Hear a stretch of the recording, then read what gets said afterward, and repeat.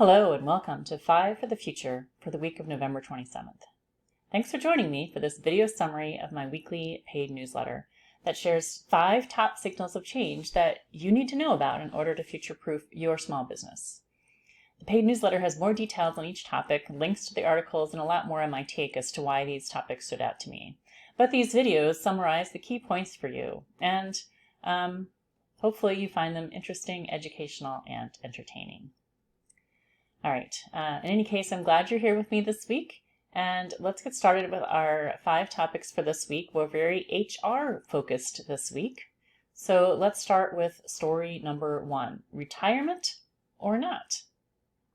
Baby boomers and even Gen Z are getting older. Gen X are getting older. Between 2015 and 2050, the percentage of the world's population over 60 will almost double in size. What will that mean to the workforce in the next 10 years? Well, more people are working well past traditional retirement age, which is good overall, although some stick around longer than they should.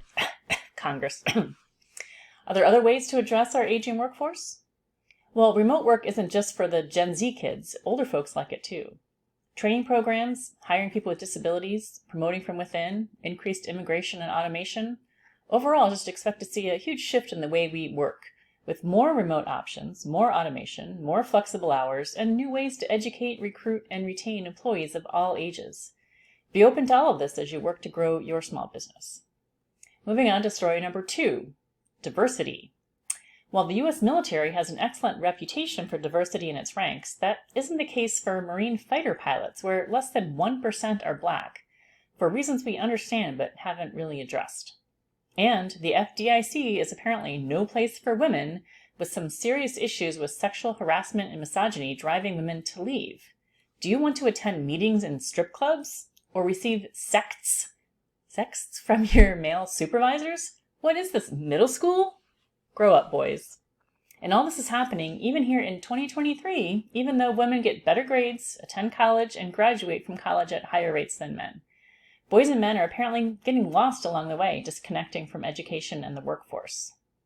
Connected to that, a proposed class action lawsuit is going after news firm Gannett for discriminating against non-minorities. Right now, 70% of their employees are white, 57% are male, but a concerted effort to promote minorities is leaving some white men feeling discriminated against. I think these stories are a sign that something is going on. I aim to remain optimistic that we will figure out a way to support and recognize the value of a diverse workforce, including age groups. Your first step is looking beyond your own personal and typically undiverse to us connections when finding new hires. And with that, let's move on to story number 3, layoffs and job trends. Big tech and finance firms are lopping off big sections of their teams as a cost-cutting measure, and because turnover has been low recently. Jack Dorsey has stated that rather than helping underperforming employees do better, he will just fire them immediately. Nice. The U.S. government is likely a key beneficiary of these tech layoffs as they aim to scoop them up to add them to their own talent pool. But AI is a threat to many jobs. Not that it will take your job, but someone using AI will, so be sure you're up to speed on AI developments. Some job predictions for the future, the Bureau of Labor Statistics lists top growth occupations, and the top 3 are home health aides, software developers, and restaurant cooks, a very eclectic list. The World Economic Forum looks out further and predicts that the top 3 growing jobs in the next 10 years are AI machine learning specialists, sustainability specialists, and business intelligence analysts. Top declining jobs, bank tellers, postal service clerks, and cashiers. More details on jobs of the future on the paid newsletter if you subscribe.